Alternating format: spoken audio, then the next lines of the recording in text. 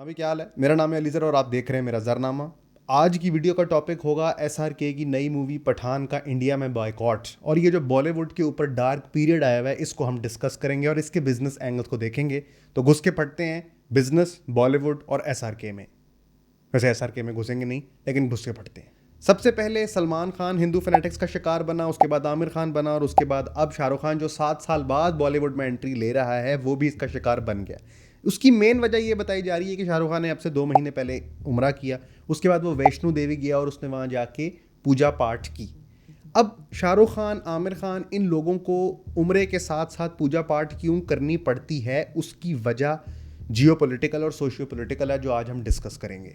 सबसे पहले तो हमें यह समझना पड़ेगा कि हिंदू और मुसलमान जो कई सालों तक एक ही ज्योग्राफी में रहे हैं वो कभी एक दूसरे से मोहब्बत क्यों नहीं कर सके, और उसका जवाब है टू नेशन थ्योरी। यानी कि मुसलमान और हिंदू नो डाउट के रस्मों रिवाज और तौर तरीके में सेम हैं, बट उनकी रिलीजियस प्रैक्टिसेस इस तरह से डिफरेंस है, वो कभी भी एक नेशन बन के नहीं रह सकते थे। इसी वजह से इंडिया और पाकिस्तान वजूद में आए इंडिपेंडेंस के बाद। लेकिन इंडिपेंडेंट होने के बावजूद उनके दरमियान के मसले ख़त्म नहीं हुए, ranging from the Shimla pact to Kargil war to ये अभिनंदन वाली सारी मसरूफियात। इस रेशियल डिस्क्रिमिनेशन के पीछे रिलीजियस हिंदू फनेटिक्स का एक कॉन्सेप्ट है जिसको अखंड भारत कहते हैं, यानी कि एक complete India dominant with Hindus in their. वहाँ पे उनको मुसलमान भी टॉलरेबल नहीं है, वहाँ पे उनको सिख भी टॉलरेबल नहीं है, और कोई और मज़हब टॉलरेबल नहीं है, because they have made a virtual state where everybody is who is Indian is also a Hindu. But they fail to realise कि इंडिया में सेकेंड बिगेस्ट मेजोरिटी मुसलमानों की है। अगर किसी मुल्क में इस तरह की रेशियल डिस्क्रिमिनेशन एग्जिस्ट करती है तो नो डाउट कि वो हो सकती है, लेकिन फिर अपने आप को एक सेक्युलर स्टेट कहना और उन प्रैक्टिसेस पे अमल ना करना कॉल और फेल में तजाद हो जाता है, जो कि इंडियंस यानी मेजॉरिटी ऑफ द इंडियंस का सबसे बड़ा मसला है। नंबर 1। नंबर 2, आपको जब भी दुनिया में रेसिज्म कहीं पे नजर आएगा या आपको एक ग्रुप और दूसरे ग्रुप में लड़ाई नजर आएगी, उसकी हमेशा इकोनॉमिक्स बड़ी क्लियर होगी। हमेशा इस तरह की चीज़ें जिनकी कोई वजह नहीं होती, फॉर एग्जांपल रेसिज्म की कोई वजह नहीं है, जॉर्ज फ्लॉयड के साथ जो हुआ या अफ्रीकन अमेरिकन के साथ जो यूएसए में हो रहा है, या जो अरब्स के साथ वेस्टर्न वर्ल्ड में बिहेवियर लोग पेश आते हैं जिससे, उसके पीछे हमेशा इकोनॉमिक्स इन्वॉल्व होती है। जब किसी चीज़ की वजह ना हो, मतलब फॉर एग्जांपल किसी अफ्रीकन अमेरिकन यानी स्किन टैन वाले बंदे से अंग्रेज नफरत क्यों करता है, यानी इंग्लैंड का बंदा उससे नफरत क्यों करता है, वो उससे सिर्फ इसलिए नफरत करता है क्योंकि उसका कलर उसके जैसा नहीं है। तो ये माइंडसेट अब की जनरेशन्स में प्रोपगेट किया गया है by those who control the economics. हमेशा पैसे इस चीज को फॉलो कर रही होंगी जो इस चीज का बिजनेस एंगल है। देखिए, नफरत जो होती है वो होती है जनरेशनल, वो एक जनरेशन से दूसरी जनरेशन में ट्रैवल करती है। फॉर एग्जाम्पल, आज का एवरेज पाकिस्तानी अपने से बेहतर समझता है गोरी चमड़ी वाले को, क्योंकि ये रेशियल डिस्क्रिमिनेशन के गोरा हमसे बेहतर है, हमें जनरेशन के विरसे में मिली है। सिमिलरली, अगर कोई अफ्रीकन अमेरिकन अमेरिका में आज उस नफरत का शिकार बन रहा है जिसको रेसिज्म कहते हैं, तो ये चीज उसके दादाबू ने शुरू की थी, और उसके दादाबू इकोनॉमिकली ड्रिवन थे। अगर आप इस बात को समझ गए हैं तो इस तरह इमेजिन करें कि आज से 400-500 साल पहले मुगल्स जो हैं वो इंडिया के ऊपर हुकूमत कर रहे थे, और मुगल जो थे वो मुसलमान थे, जबकि वहाँ मेजॉरिटी हिंदुओं की थी। इसका मतलब है ज्यादा हिंदू और उन पे रूलर एक मुसलमान। तो ये इकोनॉमिक्स उस वक्त के इंडियंस को समझ में नहीं आती होगी, यानी कि सारी वेल्थ, सारे इंफ्रास्ट्रक्चर, सारे ताजो तख्त जो है वो मुसलमानों के पास, और इंडियंस मेजॉरिटी में होने के बावजूद महकूम कौम, यानी कि वो रूल में नहीं थे। तो उस वक्त इकोनॉमिक्स से डिराइव हुई नफरत आज जनरेशनली आगे ट्रांसफर हो रही है। अब अगर आप ये कॉन्सेप्ट समझ गए हैं तो इससे आपको समझ में आएगी कि जीडीपी और इकोनॉमी का करंट नफरत से क्या लेना देना होता है।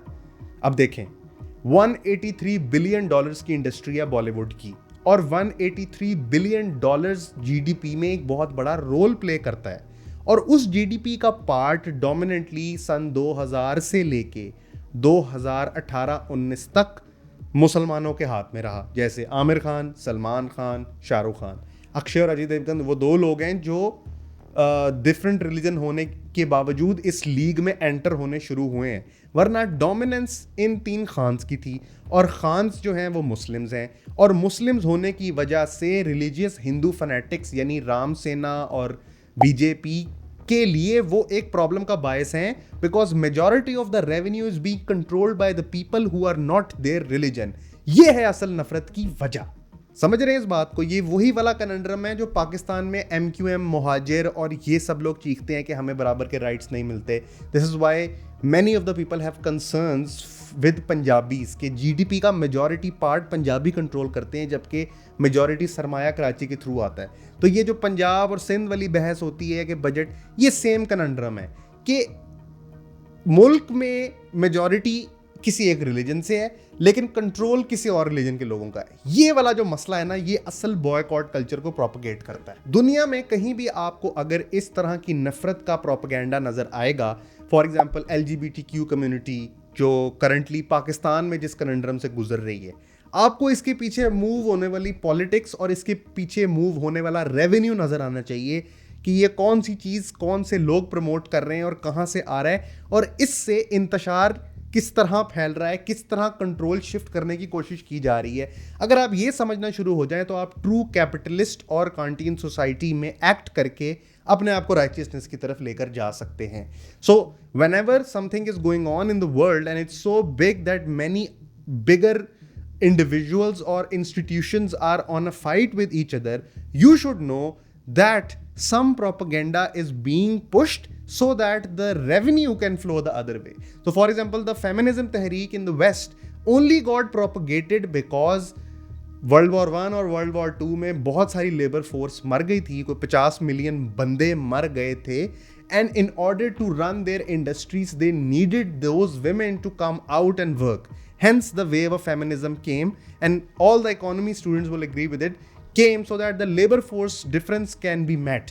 Similarly, ये जो नफरत और ये प्रोपेगेंडा है, ये दुनिया में इस तरह से मूव कर रहा होता है। तो इससे आपको ये पता लग गया कि बॉलीवुड इस चीज़ का टारगेट क्यों है, क्योंकि इकोनॉमी और GDP का बड़ा पार्ट है।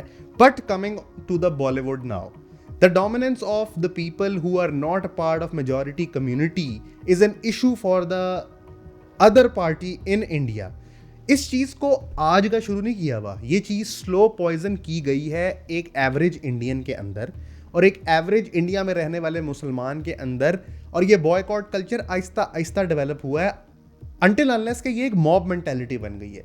जब कोई चीज़ मॉब मेंटालिटी बन जाती है ना, तो फिर लोग वेव्स को राइड करते हैं। तो फॉर एग्जाम्पल किसी चीज़ के बारे में एक पब्लिक ओपिनियन एक बैंड वैगन बन जाती है और फिर लोग उसको क्वेश्चन करना भी छोड़ देते हैं। तो जैसे पद्मावत के टाइम पे जो एक्सट्रीमिस्ट हिंदू साइड है, उन्होंने बहुत सारी रैलीज निकाली थी कि मुसलमान खिलजी को दिखाया गया और खिलजी ने असल में ये तबाही की और वो उसकी बीवी के पीछे है। तो उन्होंने ये नहीं देखा कि पद्मावत मूवी डायरेक्ट संजय लीला भंसाली ने की है, उसमें रणवीर सिंह और शाहिद कपूर और दीपिका पादुकोण जो इसमें एक्ट कर रहे हैं वो सारे के सारे मुसलमान नहीं हैं, और वो एक्चुअल खिलजी की स्टोरी थी भी नहीं, वो एक पोएम थी और उस पोएम को लिखा था एक हिंदू ने। और even with in the movie Deepika Padukone बहुत टाइट है, ये मैसेज लेके एक पंडित गया था रणवीर सिंह के पास। ये सारी बातें डिस्काउंट हो गई हैं, बस इस बात में से ये निकाल लिया कि खिलजी एक बड़ा जालिम आदमी था और वो मुसलमान था, जबकि खिलजी वो आदमी है जिसने इंडिया को मंगोलों से बचाया है। मंगोलों ने पूरी सेंट्रल एशिया में, मतलब गेंगिस खान पूरे एशिया में 8 to 10% बच्चे गेंगिस खान में से निकले हैं। तो मंगोल तो ऐसी जालिम फौज थी जिससे खिलजी ने ही बचाया है। तो दे फेल टू रियलाइज दिस। ये आहिस्ता आहिस्ता प्रोपेगेट करके बॉयकॉट कल्चर बन गया। कुछ लोगों का ख्याल इसमें ये भी है कि Bollywood is just getting the fruit of the seeds they have sown. So Bollywood का बिहेवियर आउटसाइडर्स के साथ जिस तरह का था, फॉर एग्जांपल सुशांत सिंह राजपूत या जिया खान या और स्ट्रगलिंग एक्ट्रेस शहनाज गिल, सिद्धार्थ, ये सब लोगों के साथ बॉलीवुड का जिस तरह का बिहेवियर था, कुछ लोगों का ख्याल है कि Bollywood is just getting it's result. जो बॉलीवुड कर रहा था लोगों के साथ, बॉलीवुड के साथ अब वही हो रही है, लेकिन ये भी एक बैंड वैगन है। इस बात को समझना ज़रूरी है कि ये सिर्फ इस तरह से नहीं है, हर उस इंसान को मौका मिलता जा रहा है जो फॉर एग्जाम्पल प्रोपेगेंडा की सपोर्ट में नहीं है, लेकिन जिस इंसान को इजी टारगेट बनाया जा सकता है वो इंसान इजी टारगेट बन रहा है। लाल सिंह चड्ढा आपके सामने है, सलमान की 2-3 फिल्में आई वो आपके सामने है, शाहरुख खान के बेटे को पहले स्कैंडलाइज किया, उस पर ड्रग का केस बनाया, उसको उसमें से निकालने की कोशिश की, उसकी टीम को टारगेट किया। अब उनके लिए सबसे बड़ा मसला क्या है, अभी जो रैली निकाल रहे हैं कि पहले उम्रा करके आया फिर वैष्णो देवी चला गया, और इस प्रेशर में आमिर खान को भी अपने ऑफिस में पूजा रखनी पड़ी है। तो ये आप सोचें कि उनके लिए कितना मुश्किल है जो इस कम्युनिटी का पार्ट बन रहे हैं। आई थिंक कायदे आज़म ने ठीक ही किया, पाकिस्तान बना दिया, वरना हमें भी आज उन्हीं मसाइल से गुजरना पड़ता। But now speaking strictly about Bollywood, देखें 1980s में भी बॉलीवुड बड़ी मुश्किल का शिकार था, कोई मूवी चल नहीं रही थी। When came a man named Shahrukh Khan, and just saying that Shah Rukh Khan is one of the most recognized people on the planet. He has been invited to David Letterman, and second richest celebrity of the world after Jerry Seinfeld. और then came a man in 90s जिसने डर का trailer निकाला, डर, अंजाम और बाजीगर और इस तरह की मूवीज करके बॉलीवुड को रिवाइव किया था। This is going to be a test for the loyalty of Bollywood, के बॉलीवुड में अभी कोई जान बची भी है या नहीं। मतलब पठान को बॉयकॉट करने वाले ये नहीं देख रहे कि उसको बना वायर अफरा है, दीपिका, जॉन इब्राहिम और शाहरुख खान तीनों उसके अंदर हैं, लेकिन क्योंकि शाहरुख खान उम्रा करके आया इस वजह से हमने ये मूवी चलने नहीं देनी। ये कैसी बेवकूफ़ी है। तो शाहरुख खान एक इस तरह का आदमी है जिसने एक दफ़ा पहले भी 30 साल पहले भी इस चीज़ को रिवाइव किया था, and now he is on to it again.